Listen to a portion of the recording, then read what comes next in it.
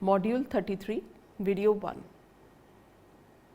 Hello students and welcome to EPG Pathshala. I am Dr. Shefali Nagpal, Associate Professor at Human Resource Development Center, Bhagat Phool Singh Mahila Vishwavidyalaya, Sonipat.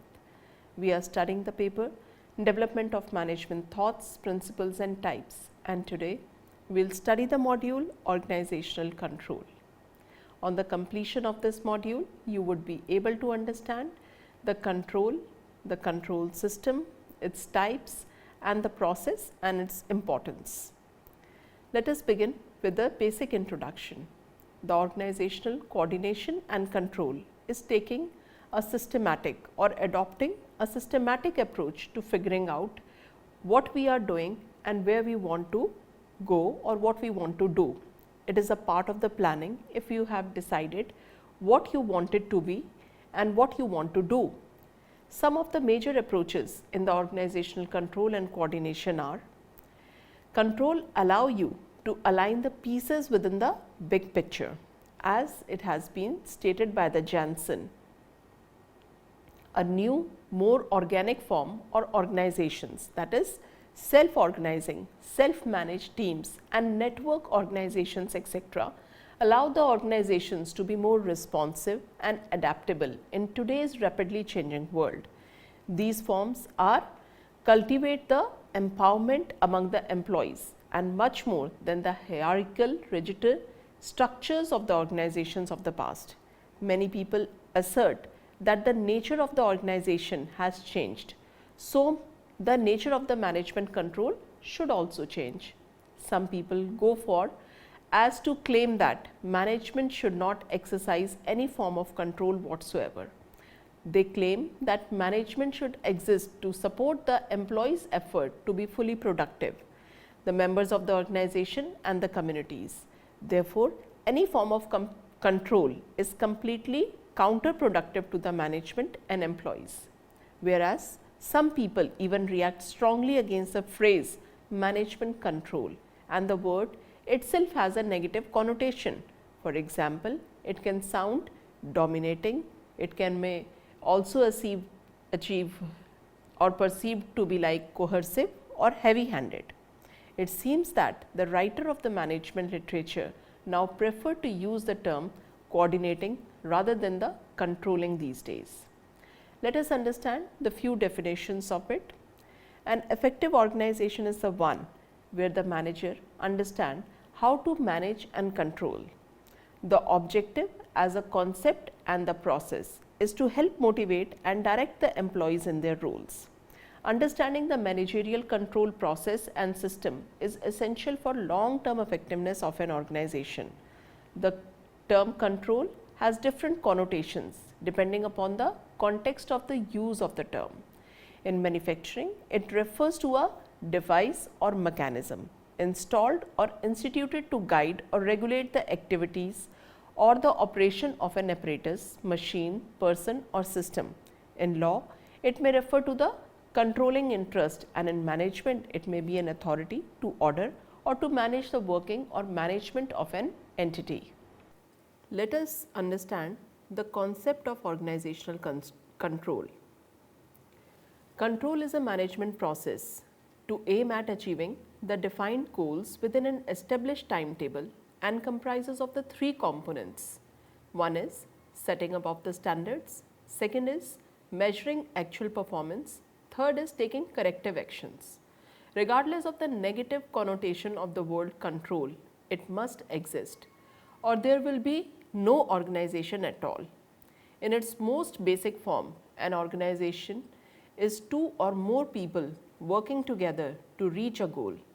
Whether an organization is highly bureaucratic or changing and self-organizing, the organizations must exist for some reason, some purpose, some mission, which may be implicit or explicit, or it isn't an organization at all.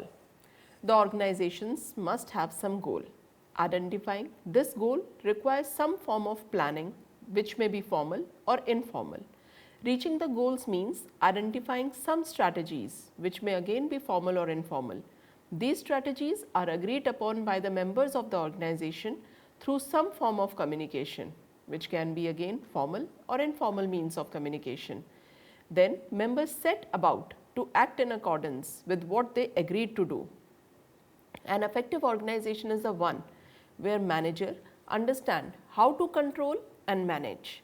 The objective of the control as a concept and a process is to help motivate and direct the employees in their roles. Understanding managerial control process and system is essential for long-term effectiveness of an organization. The term control has different connotations depending upon the context of use of the term. In manufacturing, it may refer to a device or a mechanism installed or instituted to guide or relates to the activities or operation of an apparatus, machine, person or system. In law, it may refer to controlling interest. In management, it may be an authority to order or manage the working and management of an entity. Effective management and leadership involve creative problem solving, motivating employees, and making sure the organization accomplishes the objectives and goals. There are 5 functions of management and leadership. One is planning, second is organizing, third is staffing, fourth is coordinating, and fifth is controlling. Controlling. Controlling is the 4th step of the management process. In this step, management develops measuring tool used to determine whether organizational goals are being met. Management also compare the data to measure for the results and if needed the corrective action. Control can focus on the issues before, during and after the process. The best way to understand the 3 different types of organizational control is to think about the control as before, during and after the decision has been made by the managers. The controlling function of the management is useful for ensuring all other functions of the organizations are in place and are operating successfully. Controlling involves establishment of the performance standards, monitoring the output of the employees to ensure that each employee performance meet those standards. And the controlling process often leads to the identification of certain situations and problems that need to be addressed by creating new performance standards.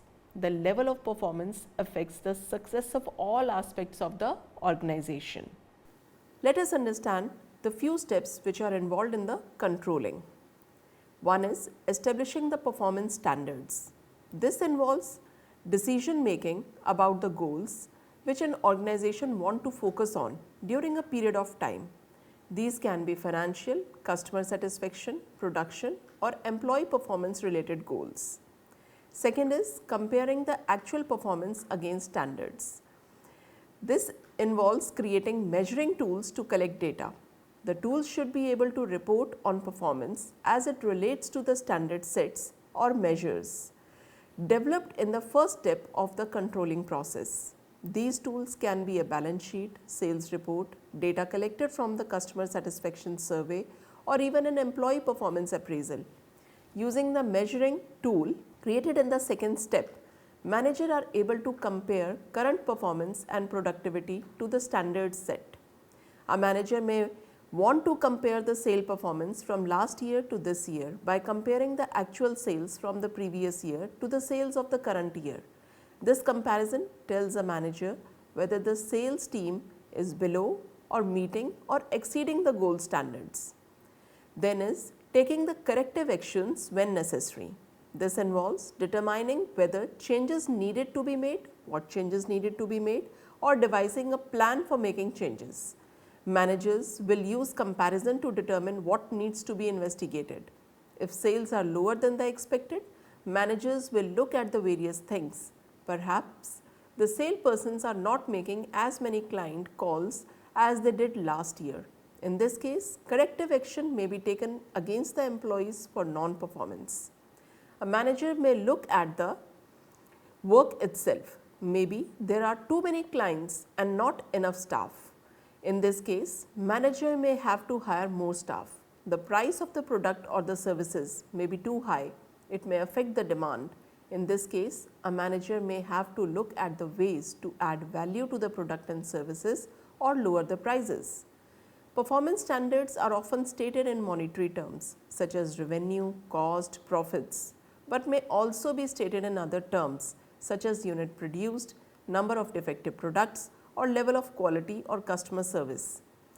Measurement of the performance can be done in the several ways depending upon the performance standards, including financial statements, sale report, production results, customer satisfaction, formal performance appraisals. Managers at all level engage in the managerial function of controlling to some degree. The managerial function of controlling should not be confused with the control in the behavioral or manipulative sense. This function does not imply that managers should attempt to control or to manipulate the personalities, values, attitudes or emotions of their subordinate. Instead, this function of management concerns the management role in taking necessary actions to ensure that the work-related activities of subordinates are consistent with contributing towards accomplishment of the organizational and departmental objectives. The effective controlling requires the existence of the plans, since planning provides the necessary performance standards or objectives. Controlling also requires a clear understanding of where the responsibility for deviations from the standard lies. Two traditional control techniques are budget and performance audit. An audit involves an examination and verification of the reports and supporting documents. A budget audit provides information about where the organization is with respect to what was planned or budgeted for, whereas a performance audit might try to determine whether the figures reported are a reflection of actual performance. Although controlling is often thought of in terms of financial criteria, manager must also control the production and operation processes, procedures for delivery of the services, compliance with the company's policy, and many other activities within the organization. You can see in the figure below the control process.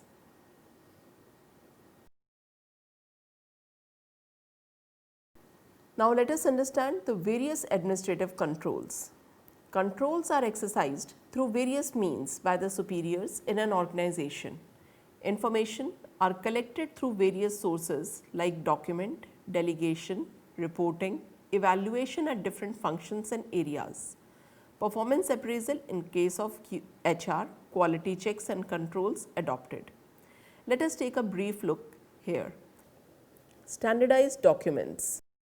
Organizations often use the standardized documents to ensure complete and consistent information. Documents include titles and dates to detect the different versions of the document. Computers have revolutionized administrative controls through the use of integrated management information system, project management software, human resource information systems, office automation, softwares, etc. Organizations typically require a wide range of reports, for example, financial reports, status report, project reports, etc., to monitor what's being done by when and how. Another is delegation. Delegation is an approach to get things done in conjunction with the other employees. Delegation is often viewed as a major means of influence and therefore is categorized as the activity in leading. Delegation generally include assigning responsibility to an employee to complete a task, granting the employee sufficient authority to gain the resources to do the task, and letting the employee decide how that task will be carried out. Typically, the person assigning the task share accountability with the employee for ensuring the task is completed. Evaluation. Evaluation is carefully collecting and analyzing the information in order to make the decisions. There are many types of evaluations in the organization. For example, evaluation of marketing efforts, evaluation of employee performance, program evaluation, and similarly many more. Evaluation can focus on many aspects of the organization and its processes, for example, its goals, processes, outcomes, etc. Performance management, particularly observation and feedback. Performance management focuses on the performance of the total organization, which include its processes, critical subsystems, which may include the department, programs, projects, etc., and employees. Most of us has some basic impression of the employee performance management, including the role of the performance review. Performance review provide an opportunity for the supervisor for their employees to regularly communicate about the goals, how well these goals should be met and how well the goals are being met and what must be done to continue to meet those goals. Then is quality control and operation management. The concept of quality control has received a great deal of attention over the past 20 years. Many people recognize the phrases such as do it right the first time or zero effects, total quality management, so and so forth. Very broadly, quality includes specifying a performance standard, often by benchmarking or comparing to a well accepted standard, monitoring and measuring the results, comparing the results to the standards and then making the adjustments as necessary wherever. Recently, the concept of quality management has expanded to include the organization-wide programs such as total quality management, ISO 9000, balanced scorecard and so on. Let us now understand the types of control. Control can focus on events before, during and after the process. For example, a local automobile dealer can focus on the activities before, during and after the sale of the new cars. Such control may be respectively called as preventive, detective and corrective. Types of control. As you can see in the figure below also, there is inputs where the preliminary control is used, which focuses on the inputs to the organizational system. Then is screening control, which is used during the process or transformation and focuses on how inputs are being transformed into outputs. Then third is the post-action control, which focuses on the outputs from the organizational system, and throughout the process it is controlled with the feedback. On the basis of the various categories, the control may be the feed-forward control, concurrent control and feedback control. First is feed-forward control. The objective of the feed-forward control or preliminary control is to anticipate the likely problems and to exercise control even before the activity has started or problem has occurred or been reported. It is future directed. This kind of control is very popular in airlines. They go in for the preventive maintenance activities to detect and prevent structural damage, which may result in disaster. These controls are evident in the selection and hiring of the new employees. It helps in taking action beforehand. In case of the feedback control, one relies on historical data, which will come after the activity has been performed. This means information is late and rectification is not possible. One can make correction only for the future activities. That means whatever wrong has been done is done and cannot be undone. Though future directed control is largely disregarded in the practice because managers have been excessively dependent on accounting and statistical data for the purpose of control. In the absence of any means of looking forward, reference to history is considered better than no reference at all. However, the concept of the feed forwarding has been applied now and then. One common way managers have practiced it is through the careful and repeated forecast using the latest available information, comparing what is desired with the forecast and then introducing the program changes so that the forecast can be made more promising. Second type of control is concurrent control. The concurrent control monitors ongoing employee activities to ensure consistency with the quality standards that takes place while an activity is on or in progress.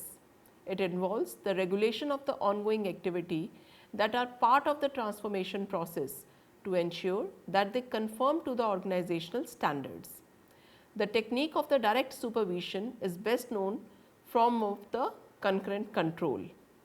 Concurrent control is designed to ensure that employees' activity produce the correct results and to correct the problems if any. before they become costlier.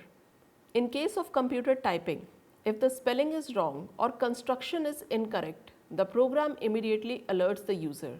Many manufacturing operations include devices that measure whether the items being produced meet the quality standards. Since concurrent control involves regulating ongoing tasks, it requires a complete understanding of the specific tasks involved and their relationship to the desired and the product. Concurrent control sometimes is called steering, screening, or yes-no control because it often involves checkpoints at which decisions are made about whether to continue progress, take corrective actions, or stop work altogether on the product and services. The third type of control is the feedback control. The control takes place after the job is over. The corrective action is taken after analyzing variances with the planned standards at the end of the activity. It is also known as post-action control because feedback control is exercised after the event has taken place. Such control is used when the feed forward or the concurrent is not possible or is very costly, or when exact processes involved is performing a work is difficult to specify in advance. The twin advantages of the feedback control are that meaningful information is received with regard to planning effort, and feedback control enhances employee motivation. Thus, control systems are the composite feed forward, concurrent and feedback controls. Control system can consist of combination of two or more controls. Any combination of these control is used to accommodate various management control needs. Further, control can be grouped according to the three general classifications. One is the nature of the information flow designed into the system, which can be open or closed loop control. Second is the kind of components included in the design, which may be man or machine control systems. Third is the relationship of the control to the design process, which is organizational or operational control. On the basis of the designing, the control system can be mark control, clan control, or bureaucratic control. First is market control. Market control means the creation of the departments or allocation of the resources is done on the basis of market forces. Control is based upon the factors of competition, that is price and market share. The different divisions are converted into the profit centers and their performance is evaluated by the segmental top line, that is turnover. The bottom line is profit and the market share. The second control is clan control. Clan control is a part of the organizational culture. It supports the work related and the performance measure and is in contrast to the hierarchical mechanisms. These control can be designed based on the shared values, culture, norm, tradition, belief, etc. of an organization. This type of control system are used where the changes are very fast, like technology organizations. Third is bureaucratic control. As the name suggests, it control focuses on the authority, rules and regulations, procedures and policies. These are used in the big undertaking like the public sector units in India, which are governed with set rules of standards or rules and regulations. These organizations cannot be controlled if no proper rules and regulations are followed. Such organizations are under the bureaucratic control. For example, in a hospital, no medicine can be used unless the prescription is there and is recorded in the issue register, even if the patients may die in between. On the basis of levels, it can be operational control, structural control, tactical control, strategic control. Let us study in brief one by one. Operational control. This control is used at the low levels of management, that is at the operational level or day-to-day basis. Second is the structural control. It is exercised by the top or the middle management. It is used like whether the organization is overstaffed or the span of control, etc. The two important forms of structural control can be bureaucratic or clan control. Tactical control. As the name implies, it deals with the department level objectives and thus it is exercised by the middle management levels. Fourth is strategic control, which is used by the top level management. The strategy decides the path for an organization. Thus, these controls are used at the strategic level like the functional level to determine the success of the organization towards the fulfillments of the goals. Importance of controlling. First is in the accomplishment of the organizational goals. Controlling helps in comparing the actual performance with the predetermined standards, finding out deviation, taking corrective measures to ensure that activities are performed according to the plans. Thus, it helps in achieving the organizational goals. Judging accuracy of standards and efficient control systems help in judging the accuracy of standard. It further helps in reviewing and revisiting the standard according to the changes in the organization and the environment. Making efficient use of resources. Controlling checks the working of the employee at each and every stage of its operation. Hence, it ensures the effective and the efficient utilization of all the resources with the minimum wastage and spoilage. Next is improving the employee motivation. Employee know the standard against which their performance is to be judged. Systematic evaluation of the performance and consequent reward in the form of increment, bonus, promotion, etc. motivates the employee to put their best effort. Then, facilitating the coordination in the action. Control help in providing the common direction to all the activities of the different departments and efforts of the individual for attaining the organizational objective. Thus, we can say controlling is a process through which all the activities are not only turned into the producing better results, but are also improved in a way to continue success while eliminating the obstacle that get in way of the business progress. In addition, controlling function has a great application during the times that demand immediate attention or action. If the timely action is not taken, then it might be considerable that there is a considerable loss in the business. Hence, such times controlling function is of the great use to offer timely help and assistance to key individuals of the business. Control is not just limited to determine whether or not the plans are being adhered to, but also lead to identify the reasons of deviation and to take corrective actions accordingly. However, this function should not be taken in isolation while there is a need to understand the functionality properly. Characteristics of the controlling function. The following are the basic characteristics of the controlling function. One is controlling function is a management process. It is closely linked with the planning. Thirdly, it is said to be the checking performance as per what has been planned. So, planning precedes controlling and set the standards and targets of performance. Fourth is controlling is a continuous process. It is an ongoing and the dynamic function of the management. It involves continuous review of performance and is not a one-time exercise. The period of control normally depends upon the nature of work, amount of work and the policies of management. Controlling is all pervasive. It is embedded in each level of the organization hierarchy, and control is exercised at all levels of management and is done at every functional area at each unit and department. Controlling is a tool for achieving the organizational activities. It is action oriented process. It points out the error in the execution process, and the very purpose of the control is defeated if corrective action is not taken for the improvement of the performance or the revision of the plans. Controlling is looking forward. Control is futuristic in nature. It measures the current performance and provide the guidelines for the corrective actions, and this ensure the future performance as per the plans. Now students, let us summarize what we have studied.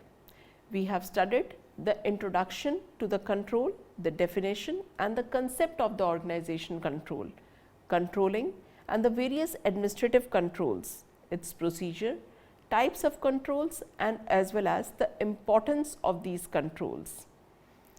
This can be used to develop an organization in this competitive environment.